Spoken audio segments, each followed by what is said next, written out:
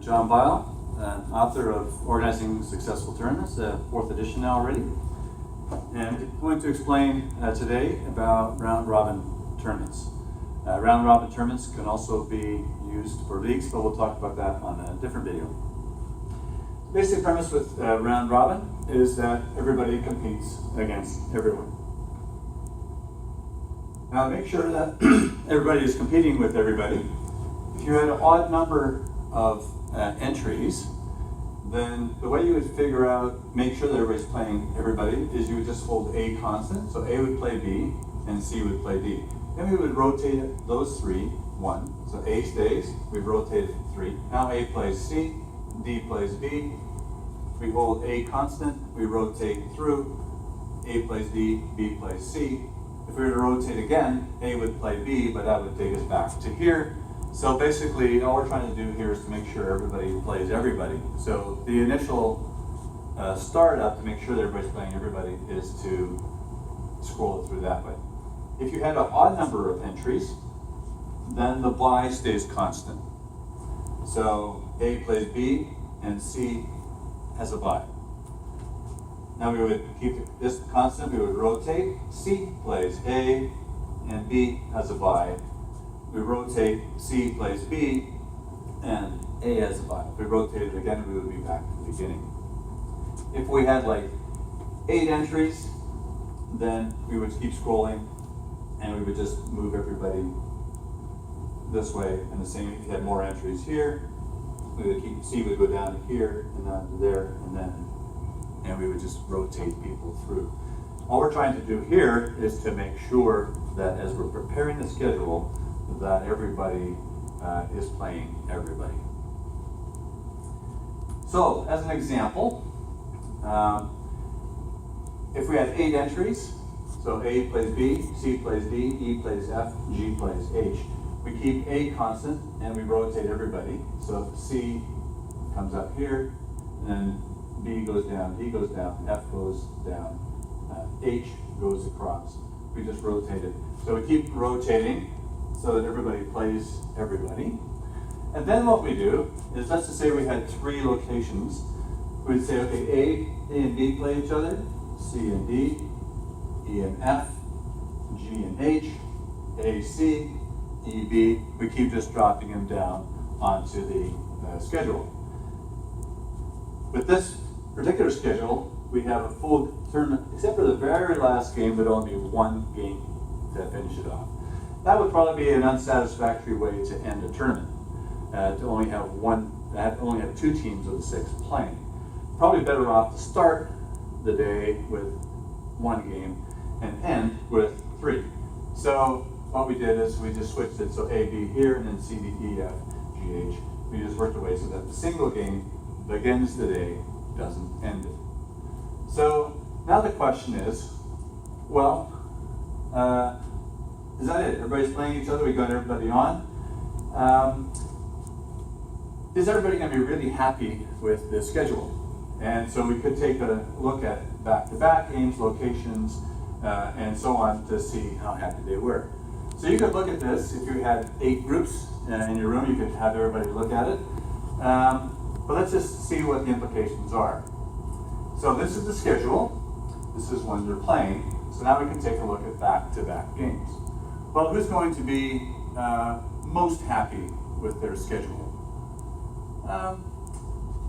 B is pretty good. They play a game, they have a break. They play a game, they have a break. They play 2 games, they have a break.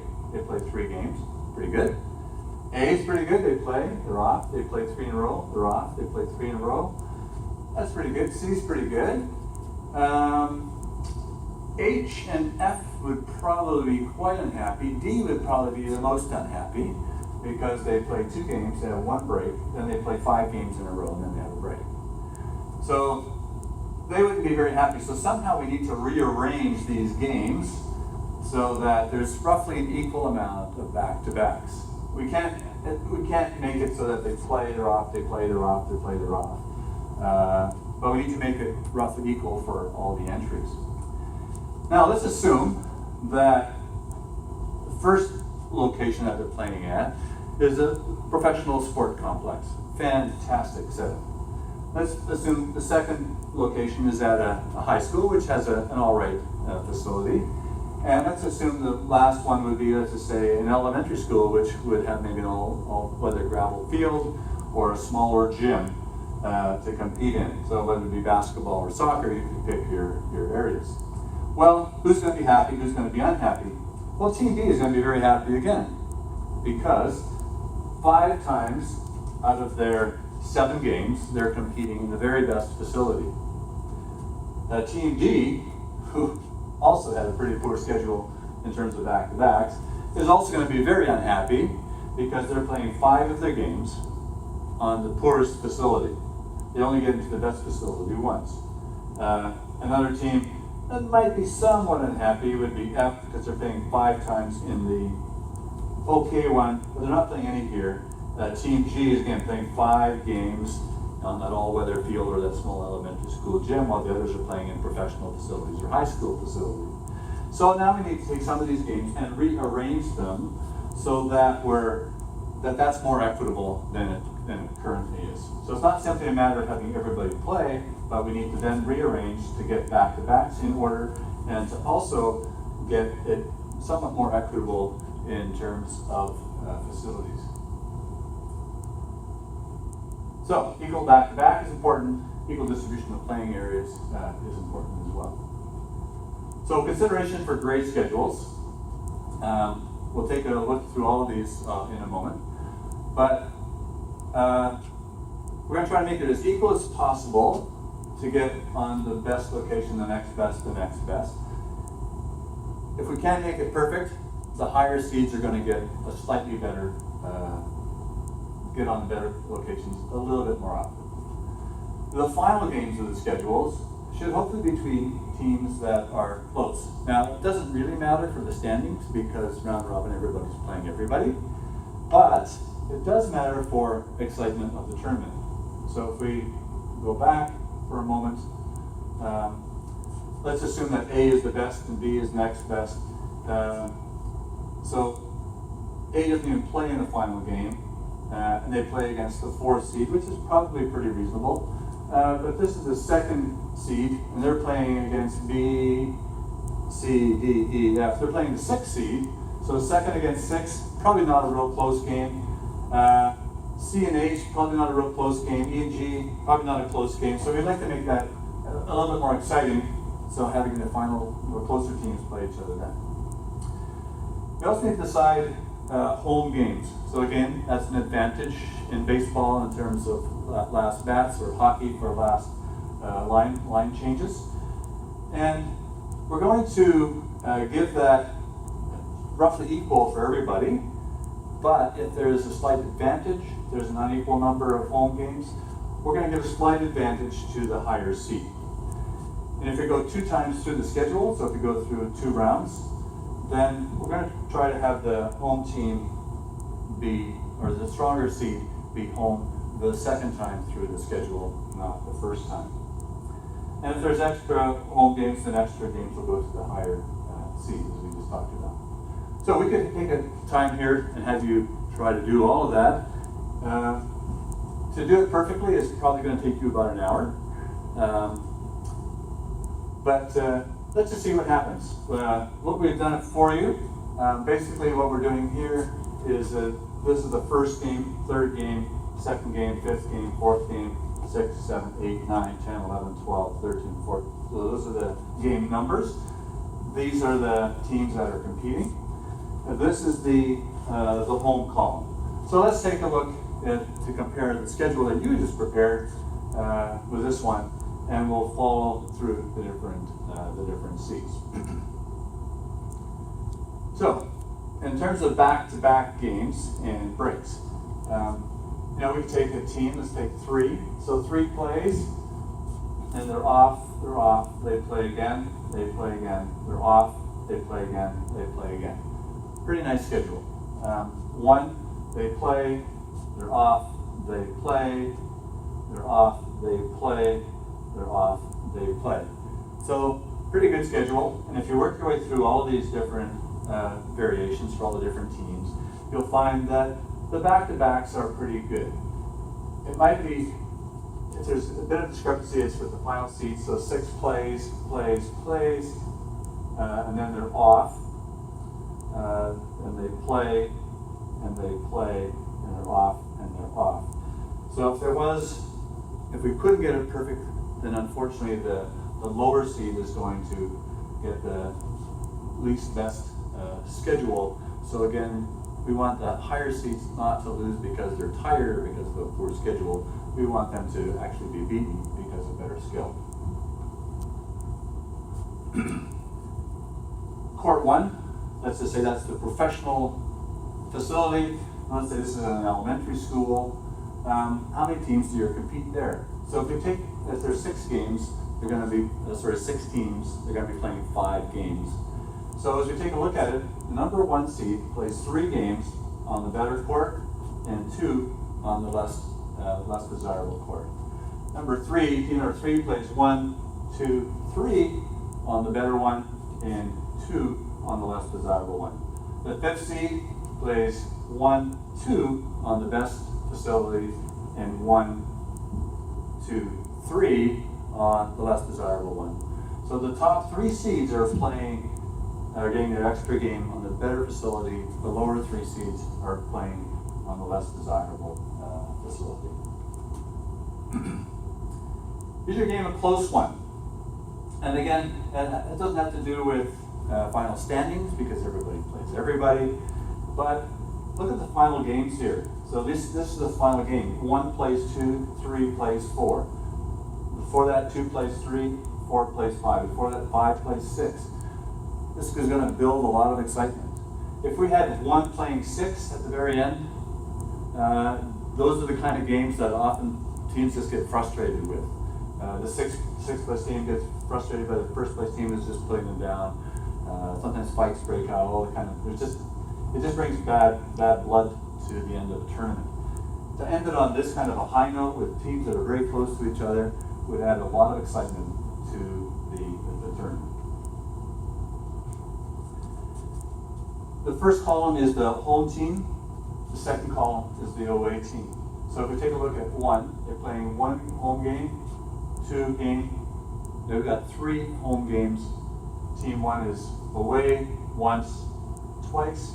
So they're home 3 times, away twice. Conversely, 6 is away, away, away. So they have 3 away games and 2 home games. So the top 3 seeds are going to have 3 home games, 2 away, and the bottom 3 are having 2 home and 3 away. So we're getting a slight advantage again to the top seeds, and we want them to be beaten, not because of a tougher schedule, but because the team that beat them was a better team that day. And I think we just did this one. Yes, we did. So basically, summary for round robin. Basic premise is everybody plays everybody. And to figure that out, it's the number of entries times the number of entries minus 1 divided by 2.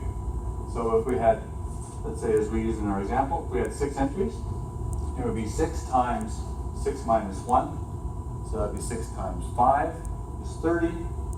Divided by 2 is 15 games. So that's how you would determine the number of games it takes to complete a round robin tournament. The advantage is, well, you have true standings because everybody competed against everybody. Seeding is relatively unimportant because if you get it wrong, everybody plays everybody, so in terms of the final standings, it doesn't matter. However, if you can seed, it will potentially add excitement to your tournament.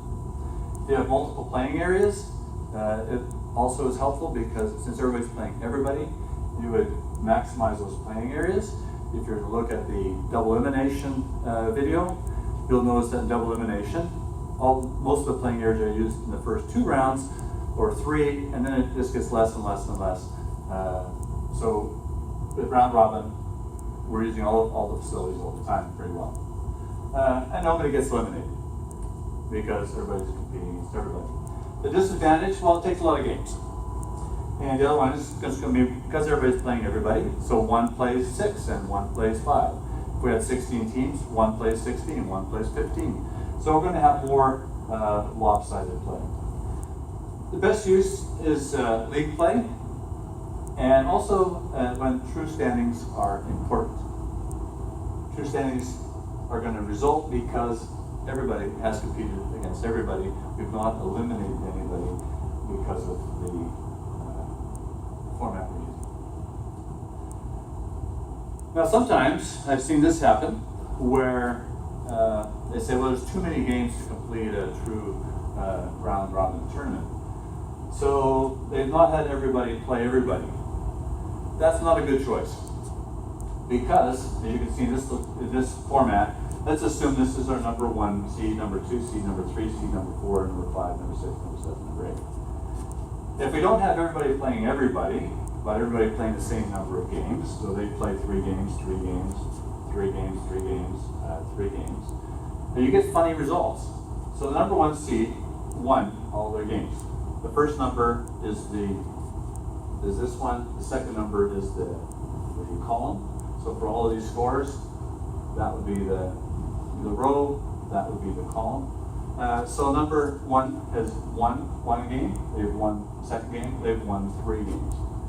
Number 2 lost to number 1, but they won against number 3, they won against number 4.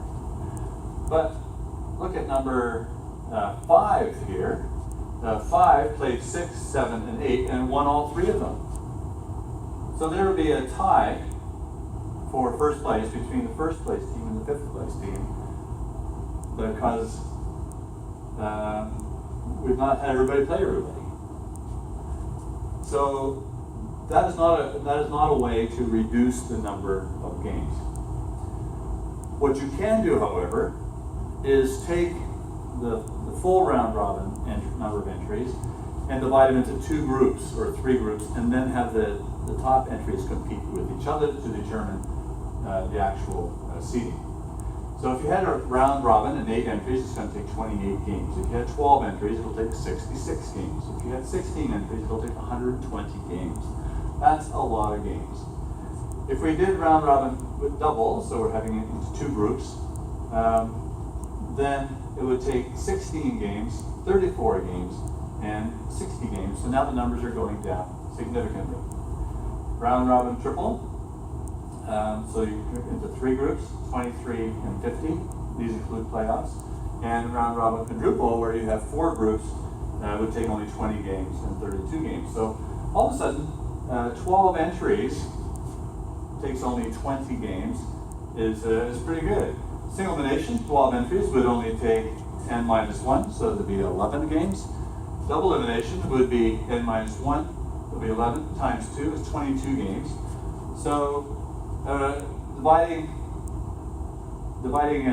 everybody into 4 groups for, say, 12 entries, so that would be three teams each, and then having them compete in a playoff is going to take less games than a double elimination tournament would.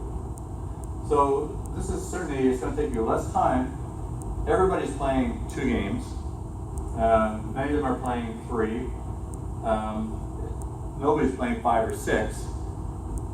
Round robin quadruple for 12 entries is going to assure everybody of 2 games, balance the games out a lot more than double elimination, and therefore I would never use a double elimination. I would try to break them down into pools.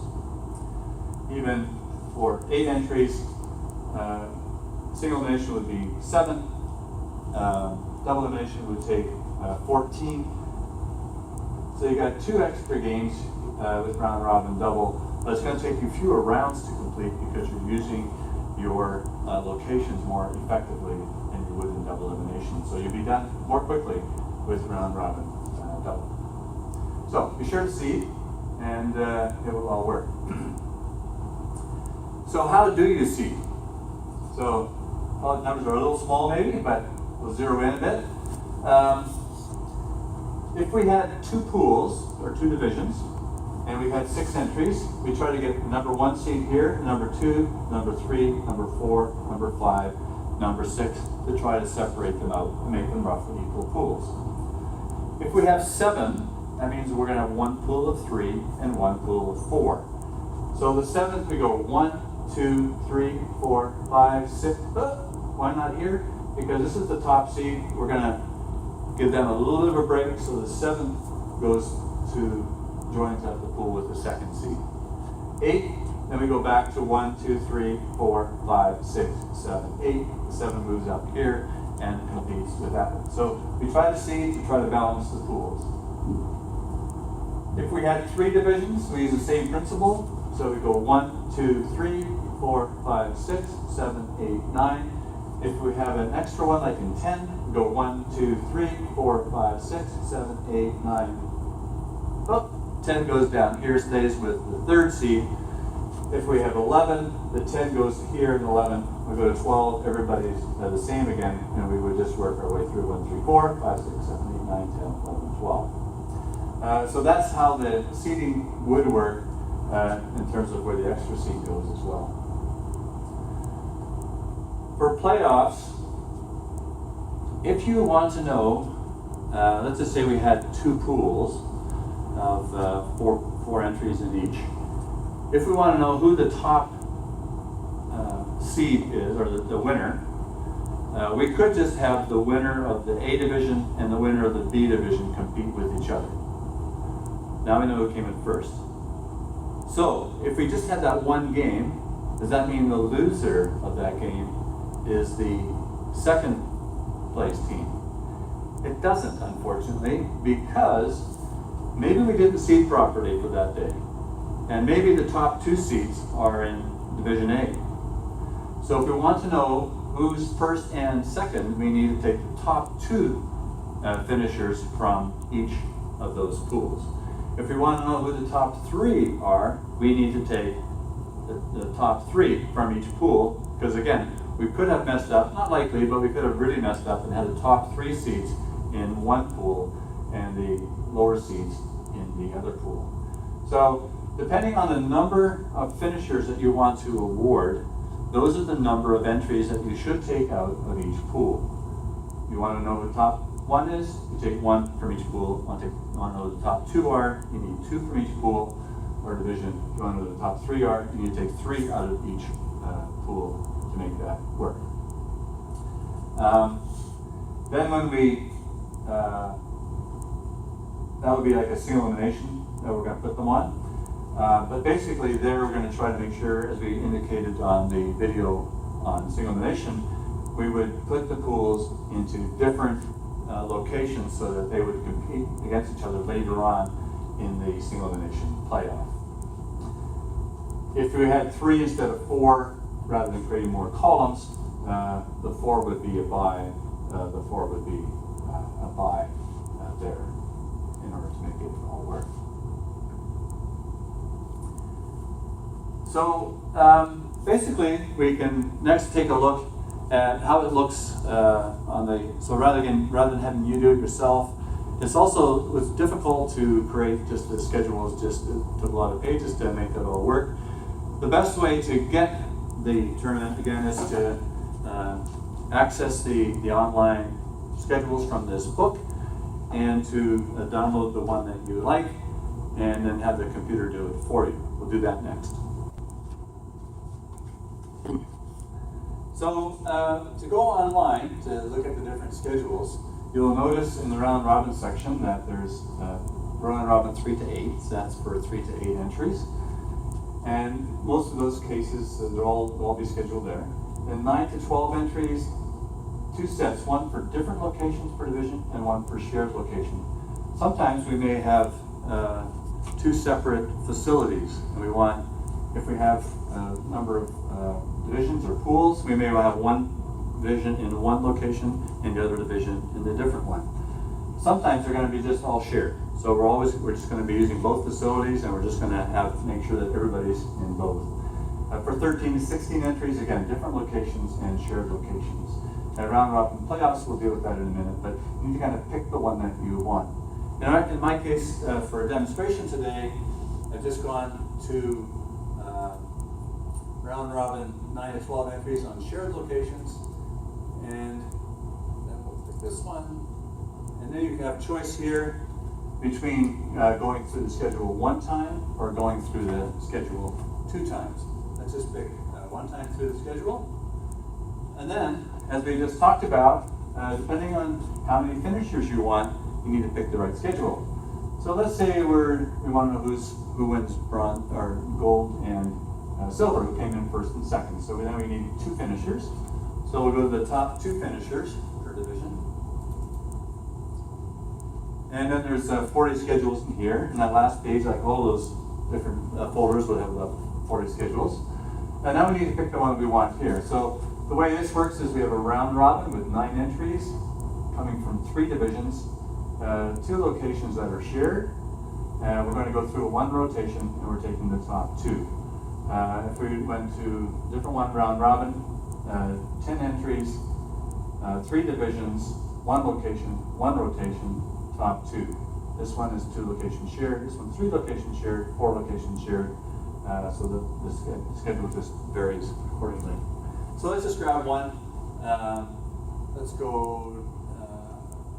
Let's grab this one. Sorry.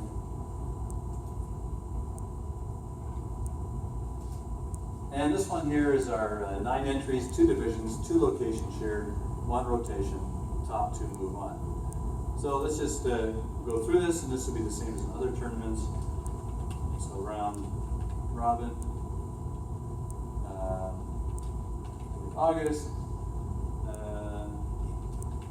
division 1, division 2, and it automatically populates the teams here. So as we seed them, so our number 1 seed will be here, number 2, number 3, number 4, number 5, and automatically will put them in those divisions. So let's just plug those in. 2, 3, 4, 5, 6, 7, 8, 9, and let's go to location A, location B, day. Let's go Monday, 1 o'clock. Tuesday, 2 o'clock. Wednesday, 3 o'clock. Thursday, 4 o'clock. Oops, sorry. Friday, 5 o'clock. Saturday, 6 o'clock. Sunday, 7 o'clock. Monday, 8 o'clock. Tap, and then it's completed. So in this case, we have 2 divisions. So this is the round robin, August, Division 1. First game number 3. 1 will play 6, 3 will play 7, 7 will play 1, 3 will play 6, 6 will play 7, and the final game would be 1 playing 3. Again, this would be the closest because we have 1, 3, 7, 6, and 7 playing each other here as well. And then we're trying to spread it out over the different locations. Then this is Division 2. It has the 1 extra seat, so it's going to take more time. There's also going to be, let me just scroll this a little bit. So there's 2 games on the first day. Well, there's only 1 for the other division. That's because there's extra teams. And then there's 1 game, and then 2, 1, 1, 1. They're bunching up just a little bit more because there's more teams in here. And again, 2 playing 4, those are the closest teams. 9 and 5 didn't work out perfectly, but pretty close. And they work away. But certainly that final game is a close one. And again, we're in the different locations. They're a little more often in B relative to the number of games, but that's because there's more games happening here as well. Then these sheets here could be just printed and posted. So team 1, 3, 6, 7 for Division 1, you can enter their scores, team 1's score, and then team 3's score, team 1, team 6, team 1, team 7. Here are your wins, ties, losses, defaults, no-shows, points, ranking, depending on how you want to determine that. The legend is down the bottom of each page. So that's how that would work. I should add that you can only print,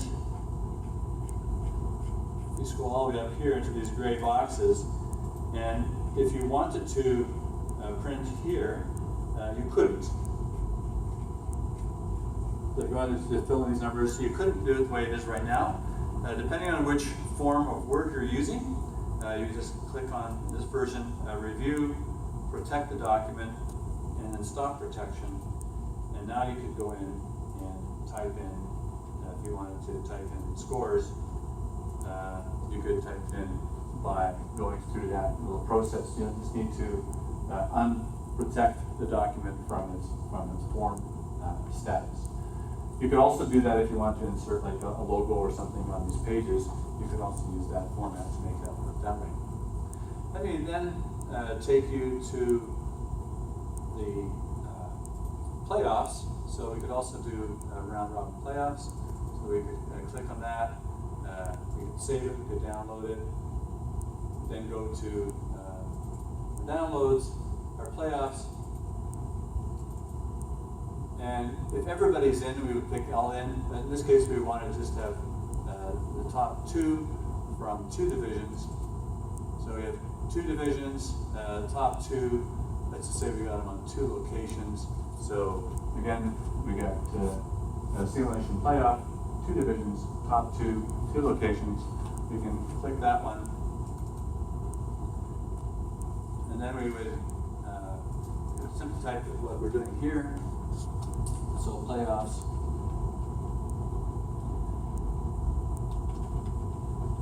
Sorry, the date. It's August again. So Division 1, so that'd be your first seed. Number 1 in Division 2 is hopefully your second seed, and then 3 is hopefully it all worked out where you planned it. Location A, location B, date.